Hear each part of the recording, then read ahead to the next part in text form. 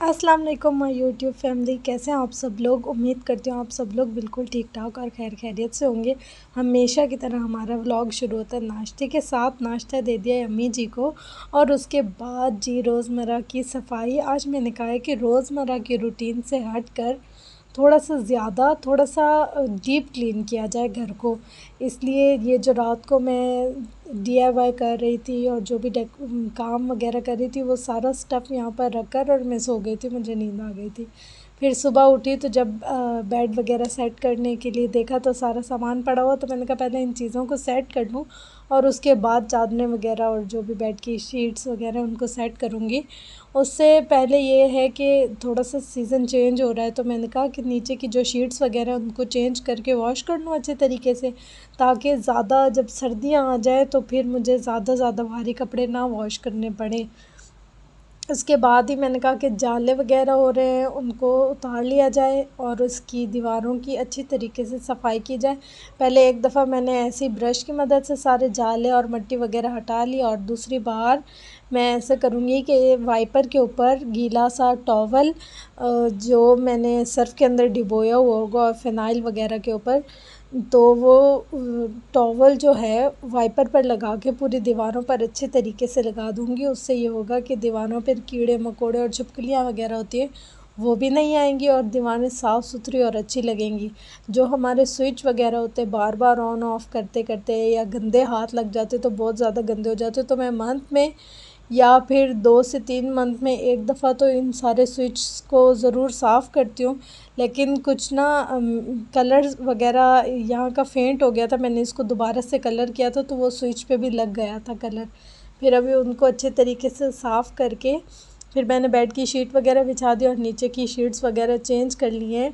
घर की हल्की सी सफाई हो जाए, ऐसे बंदा रिलैक्स होता है और जब ज़्यादा डीप क्लीन किया जाए घर को तो और भी ज़्यादा खुशी होती है। ऐसे लगता है हम खुद हल्के हल्के हो गए हों और फिर तो बस दिल करता है इस पे बैठे रहें या थोड़ा सा रेस्ट कर लिया जाए। खैर अभी रेस्ट का तो टाइम नहीं है, सुबह का टाइम है, तो मैंने कहा कि जल्दी जल्दी से ये सारे काम ख़त्म करके तो कुछ अच्छा और कुछ क्रिएटिव किया जाए। इसके साथ ही मैं कोशिश करती हूँ कि अपने घर के सारे काम खुद किए जाएँ। इससे ये है कि इंसान हिलता जुलता भी रहता है और थोड़ा सा एक्टिव भी हो जाता है बनिस्बत इसके कि वो किसी पर डिपेंड करे।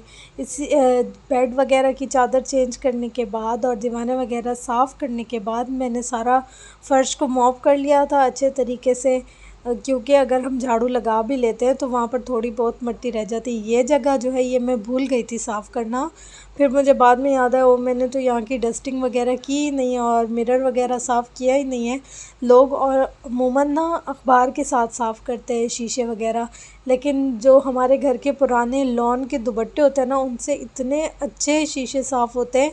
मैं तो अक्सर ऐसे कोशिश करती हूँ कि जो मेरे सूट पुराने हो जाते हैं उनके जो लॉन के दुपट्टे हों उनसे जो ये दीवारें वगैरह हैं और जो मिरर वगैरह हैं उनको साफ़ करूँ। मैंने इतनी दफ़ा इस चीज़ को ट्राई किया और इतने अच्छे होते हैं।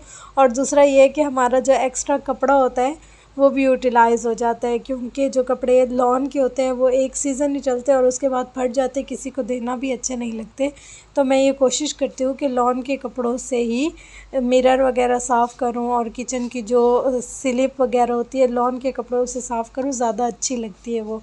उसके बाद जी हम लोग के यहाँ पर इसको कहते हैं सुरमच्चू।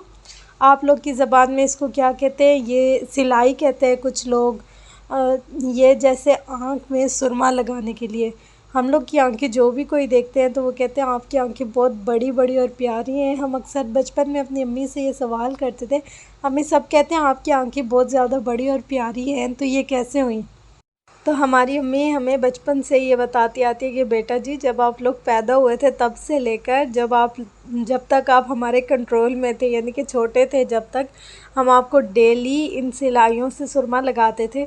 अम्मी वगैरह ना ऐसे करती है, जब बच्चे जो भी न्यू बॉर्न बेबी हो पैदा हो इसको ना ठंडे पानी में धोकर और फिर उसका पानी खुश्क करके सुरमा ना आँखों में लगाते हैं। इससे नज़र भी बहुत ज़्यादा अच्छी होती है और ये आँखों की खूबसूरती के लिए भी बहुत ज़्यादा इफ़ेक्टिव है, ऐसा अम्मी कहती हैं। आप लोग भी ट्राई करके देखिएगा। उसको मैंने घिसा के बिल्कुल नरम कर लिया था। उसके बाद मैंने कहा कि पानी वगैरह की बोतलें खाली हुई थी, सारी रात पीते रहते हैं, तो सुबह में उठकर मैं सारा पानी वगैरह भरकर फ्रिज में रख देती हूँ, क्योंकि रात को तो सारी जो भी पिया जाता है पानी, फिर बोतलें वैसे ही फेंक देते हैं बिस्तर पर। तो मैंने फटाफट से सारी बोतलें जो भी फ्रिज की खाली हुई थी उनको भर कर रख दिया। उसके बाद मैंने कहा कि किचन की सफाई की जाए। उससे पहले जो मैंने नाश्ते में जो बर्तन इस्तेमाल हुए थे उनको धो के सूखने के लिए रख दिया था। एक साथ अगर सारे बर्तन धोते जाओ तो सूखने के लिए इतनी जगह नहीं होती टोकरे में, तो मैंने पहले उनको खुश्क कर लिया था। फिर अब जो जैसे जैसे बर्तन जमा करती जाऊंगी वैसे वैसे धो के सूखने के लिए रखती जाऊंगी। नाश्ते के बाद कुछ इस तरह की हालत हो जाती है किचन की, और ये जो मैं तवा वगैरह यहाँ रखती हूँ सारी कालक होने लगी है। पता नहीं क्यों हमारा ना ये चूल्हा काफ़ी अरसे से ना हीट ब्लैक ब्लैक कर देता है बर्तन को नीचे से भी, पता नहीं ऐसे क्यों होता है। एक दफ़ा मैंने वॉश किया था, उससे पहले नहीं हो रहा था। फिर मैंने देखा किचन में ना थोड़ा थोड़ा सा कचरा पड़ा होता है। डस्टबिन है वैसे, लेकिन जैसे ही मैं सिंक में से कचरा निकालती हूँ या कुछ इस तरीके से, तो वो मैं स्लिप पे ही रख देती हूँ। मैंने सोचा कि स्लिप पर रखने से बहुत ज़्यादा बुरा लगता है और ना सफाई फ़ील नहीं होती। तो मैं ऐसा करती हूँ, छोटा छोटा जो कचरा होता है, जैसे सालन में से कोई पीसेस बच गए या मिर्ची वगैरह काटी या टमाटर वगैरह काटे, तो उसको डालने के लिए ना एक छोटा सा डस्टबिन रख दिया जाए। या जैसे हम बर्तन वगैरह वॉश करते हैं तो उनके ऊपर कुछ भी लगा होता है तो वो डायरेक्ट ना सिंक में चला जाता है। उसको बचाने के लिए मेरे पास ये स्पेयर डब्बा पड़ा हुआ था। कोई भी हमारे पास कैंडीज़ वगैरह के बॉक्स हों या इस तरह का कोई भी एक्स्ट्रा जार हो तो आप उसको इस तरह से बना सकते हैं। ये काफ़ी क्यूट सा लगता है। अगर हम इस पर कोई फैंसी सी कवर चढ़ाते या फैंसी सी टेप चढ़ाते, या जो भी हमारे पास शीट्स वगैरह बाहर से मिलती है, अगर हम इस पर वो चढ़ाते तो हमें बार बार इसको रिसाइकल करने में मुश्किल होता। तो मैंने क्या किया कि हमारे घर चेज़अप वगैरह का जो सामान आता था उसमें से काफ़ी बड़े साइज़ के होते हैं ये शॉपर, तो उसमें से वाइट पीस मैंने कट कर लिया है और उसको इसके ऊपर साइज़ वगैरह नाप करके एडजस्ट करके टेप से अटैच कर लिया है। इससे क्या होगा कि जब एक बार ही ये शॉपर गंदा होगा तो दोबारा मैं इसको चेंज कर लूँगी, और इस तरह से ये डब्बा एज़ इट इज़ ऐसे ही रहेगा। लेकिन इसको यूज़ करने से पहले मुझे लग रहा था कि ये थोड़ा सा खाली खाली है, तो मैंने कहा इस पर कुछ लिख लिया जाए या कुछ बना लिया जाए। पहले मैंने एक मार्कर निकाला तो वो इरेज़ेबल मार्कर था। उसके बाद जब मैंने दूसरा किया परमानेंट मार्कर था ये, पर ये ड्राई हो गया था, मुझे पता नहीं चला। फिर मैंने एक और कलर का परमानेंट मार्कर निकाला अपने बॉक्स में से, जहाँ पर मेरे मार्कर वगैरह रखे होते, तो वो शुक्र है सही था और लिख रहा था अच्छे तरीके से।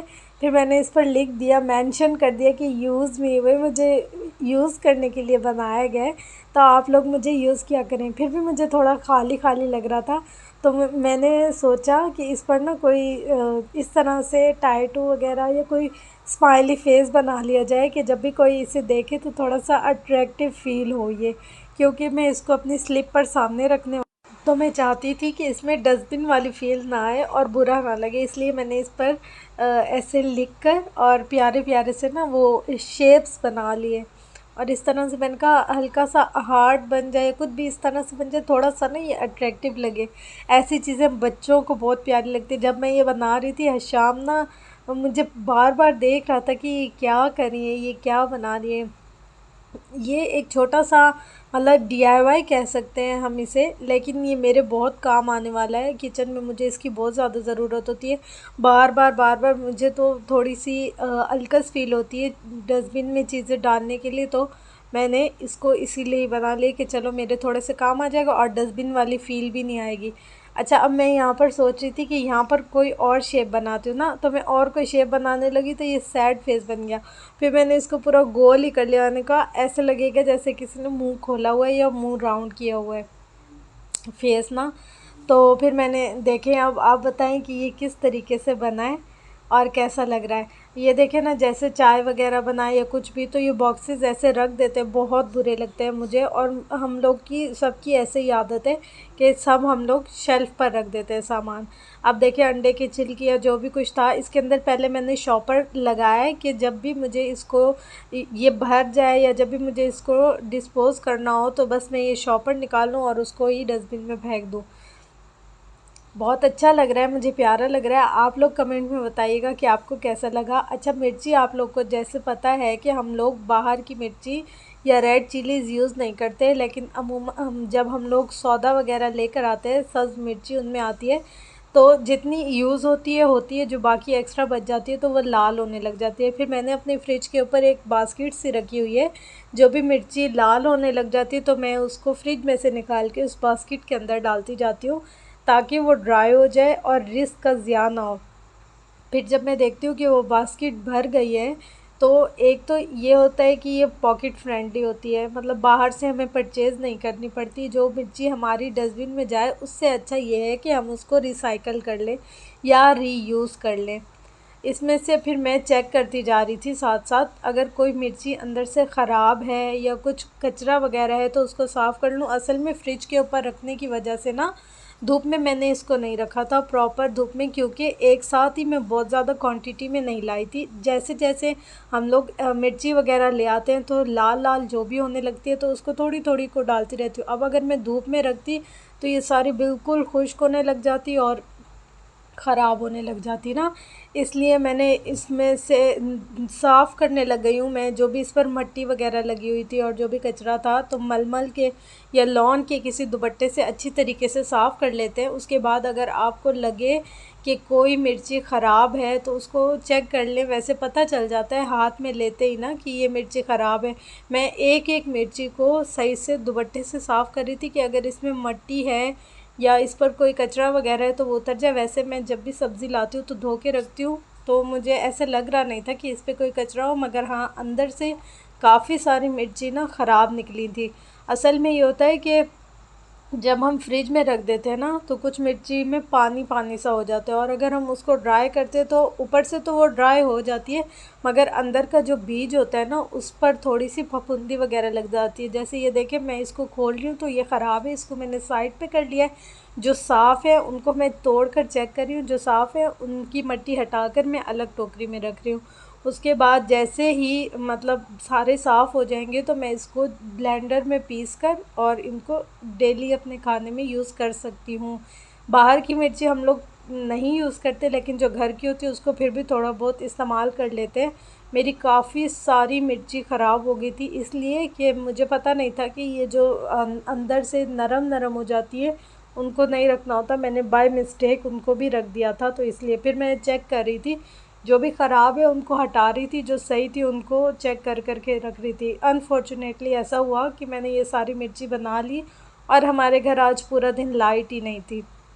अब मैं इंतज़ार करती रह गई, अभी लाइट आएगी, अभी लाइट आएगी और मैं इनको सेट करूं। तकरीबन 10 से साढ़े 10 बजे, 11 बजे लाइट गई थी और 9 बजे के भी बाद आई, वो भी थोड़ी सी देर उसके बाद चली गई लाइट ना।